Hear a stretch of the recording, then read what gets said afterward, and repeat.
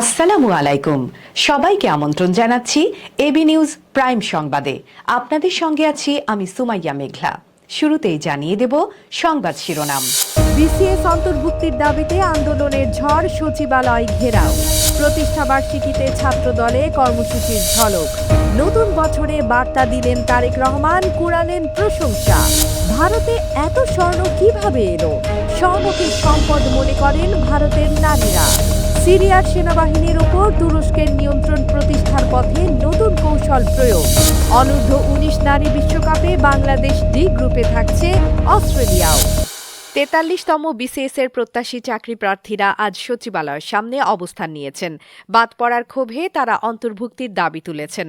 নববর্ষের প্রথম দিন 1 জানুয়ারি দুপুরে সচিবালয়ের 1 নম্বর গেটের সামনে জড়ো হন তারা। বাদ পড়ার কারণ জানতে চান এবং পুনরায় অন্তর্ভুক্তির দাবি জানান। জনপ্রশাসন মন্ত্রণালয় 15 অক্টোবরের প্রজ্ঞাপন বাতিল করে 30 ডিসেম্বর নতুন প্রজ্ঞাপন জারি করে। এতে 168 জন প্রার্থী বাদ পড়েন। আগে 2163 জনের মধ্যে 99 জনকে বাদ দিয়ে প্রজ্ঞাপন করা হয়েছিল। সর্বশেষ প্রজ্ঞাপনে মোট 267 জন বাদ পড়েন। পিএসসি 26 ডিসেম্বর চূড়ান্ত সুপারিশ করেছিল। পরীক্ষার প্রক্রিয়া শেষে এই পরিবর্তন তাদের জন্য ছিল আকস্মিক। প্রতিষ্ঠা বার্ষিকী উপলক্ষে ছাত্রদল নানা কর্মসূচি হাতে নিয়েছে। বেলা 11টায় শহীদ রাষ্ট্রপতি জিয়াউর রহমানের সমাধিতে পুষ্পস্তবক অর্পণের মধ্য দিয়ে শ্রদ্ধা নিবেদন করা হয়। তার রুহের মাগফিরাত কামনায় ফাতেহা পাঠ ও মোনাজাতও করা হয়েছে।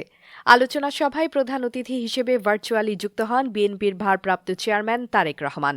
বিশেষ অতিথি হিসেবে উপস্থিত ছিলেন বিএনপি মহাসচিব মির্জা ফখরুল ইসলাম আলমগীর। জনগণকে সঙ্গে নিয়ে নতুন বছরে দেশ গড়ার বার্তা দিয়েছেন বিএনপির ভারপ্রাপ্ত চেয়ারম্যান তারেক রহমান। মঙ্গলবার 31 ডিসেম্বর ইংরেজি নববর্ষ 2025 উপলক্ষে সামাজিক যোগাযোগ মাধ্যম ফেসবুকে এক পোস্টে তিনি এ বার্তা দিয়েছেন। পোস্টে তারেক রহমান নতুন বছর উপলক্ষে দেশবাসী সহ প্রবাসীদের শুভেচ্ছা জানিয়ে লেখেন, খ্রিস্টীয় নববর্ষ উপলক্ষে আমি দেশ বিদেশের সবাইকে প্রাণঢালা শুভেচ্ছা ও অভিনন্দন জানাই। কামনা করি সবার জীবনে খ্রিস্টীয় নববর্ষ অনাবিল আনন্দ, সুখ, স্বাচ্ছন্দ্য, শান্তি ও কল্যাণ বয়ে আনুক। শুভ নববর্ষ। হাজার বছরেরও বেশি সময় ধরে স্বর্ণকে সম্পদ, ঐতিহ্য ও সাংস্কৃতিক গৌরবের প্রতীক হিসেবে বিবেচনা করছেন ভারতের নারীরা।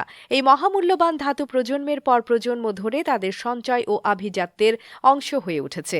বিস্তারিত দেখুন প্রতিবেদনে। হাজার বছরের বেশি সময় ধরে ভারতের নারীরা স্বর্ণকে সম্পদ, ঐতিহ্য, সাংস্কৃতিক গৌরবের একটি গুরুত্বপূর্ণ প্রতীক হিসেবে বিবেচনা করছেন। এই মহামূল্যবান ধাতু প্রজন্মের পর প্রজন্ম ধরে তাদের সঞ্চয় ও আভিজাত্যের একটি অঙ্গ হয়ে উঠেছে। ভারতীয় নারীরা সাধারণত অলংকার তৈরির মাধ্যমে স্বর্ণ সঞ্চয় করেন। এই প্রবণতা বছরের পর বছর ধরে চলতে থাকায় তাদের কাছে থাকা স্বর্ণের পরিমাণও উল্লেখযোগ্যভাবে বৃদ্ধি পেয়েছে। ওয়ার্ল্ড গোল্ড কাউন্সিলের এক সাম্প্রতিক বিবৃতিতে জানানো হয়েছে, ভারতীয় নারীরা বর্তমানে প্রায় 24,000 টন স্বর্ণের মালিক, যা বিশ্বের মোট স্বর্ণের 11%। এমনকি বিশ্বের বিভিন্ন শিল্পোন্নত দেশের কেন্দ্রীয় ব্যাংকের ভল্টে এত বিপুল পরিমাণ স্বর্ণ নেই। যুক্তরাষ্ট্রের কেন্দ্রীয় ব্যাংকের রিজার্ভে বর্তমানে 8,000 টন, জার্মানির রিজার্ভে 3,300 টন এবং ইতালি, ফ্রান্স ও রাশিয়ার রিজার্ভে যথাক্রমে 2,450 টন, 2,400 টন এবং 1,900 টন স্বর্ণ রয়েছে। ওয়ার্ল্ড গোল্ড কাউন্সিলের তথ্য অনুযায়ী স্বর্ণ সঞ্চয়ের ক্ষেত্রে ভারতের দক্ষিণাঞ্চলীয় রাজ্যগুলোর নারীরা সবচেয়ে এগিয়ে। এই 24,000 টনের 40% স্বর্ণ তাদের দখলে, যেখানে কেবল তামিলনাড়ুর নারীদের কাছে রয়েছে 28% স্বর্ণ। ভারতের আইন অনুযায়ী কোনো নারীর যদি 500 গ্রামের বেশি স্বর্ণ থাকে তবে তার সঞ্চিত স্বর্ণের ওপর কর প্রযোজ্য হয়, যেখানে পুরুষদের জন্য এই সীমা 100 গ্রাম।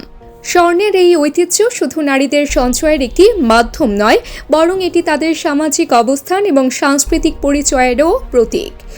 ভারতীয় সমাজে স্বর্ণের গুরুত্ব অপরিসীম, যা আগামী প্রজন্মের জন্য সংরক্ষিত থাকবে। বাশার আল আসাদকে হটানোর পর এবার সিরিয়ার সেনাবাহিনীর ওপর নিয়ন্ত্রণ প্রতিষ্ঠার পরিকল্পনা করছে তুরস্ক।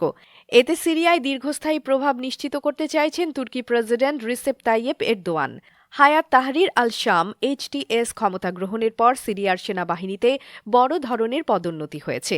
উচ্চপদস্থ সামরিক কর্মকর্তাদের মধ্যে বিদেশি যোদ্ধাদের নিয়োগ নিয়ে আলোচনা চলছে। বিবিসির প্রতিবেদনে বলা হয়, সিরিয়ার পুনর্গঠনের অংশ হিসেবে HTS সামরিক বাহিনী পুনর্গঠন করছে। প্রায় অর্ধশত নতুন সামরিক কমান্ডারের নাম ঘোষণা করা হয়েছে, যার মধ্যে 6 জন বিদেশি কর্নেল থেকে ব্রিগেডিয়ার পদে উন্নীত হয়েছেন। আসন্ন অনূর্ধ্ব-19 নারী বিশ্বকাপে বাংলাদেশের অবস্থান হয়েছে ডি গ্রুপে। সুমাইয়াদের প্রতিপক্ষ হিসেবে থাকছে অস্ট্রেলিয়া, নেপাল ও স্কটল্যান্ড। দেশ ছাড়ার আগে সংবাদ সম্মেলনে সুমাইয়া দলের প্রত্যাশা ব্যক্ত করেন। তিনি জানান, আমরা ম্যাচ বাই ম্যাচ খেলব। আমাদের দল ভালো। আমরা যদি আমাদের ভূমিকা সঠিকভাবে পালন করতে পারি এবং শক্তির জায়গা নিয়ে লড়াই করি, ভালো কিছুই হবে। অনূর্ধ্ব-19 নারী টি-20 বিশ্বকাপের দ্বিতীয় আসর শুরু হবে 18 জানুয়ারি মালয়েশিয়ায়। বাংলাদেশ দল ঢাকা ছাড়বে বৃহস্পতিবার।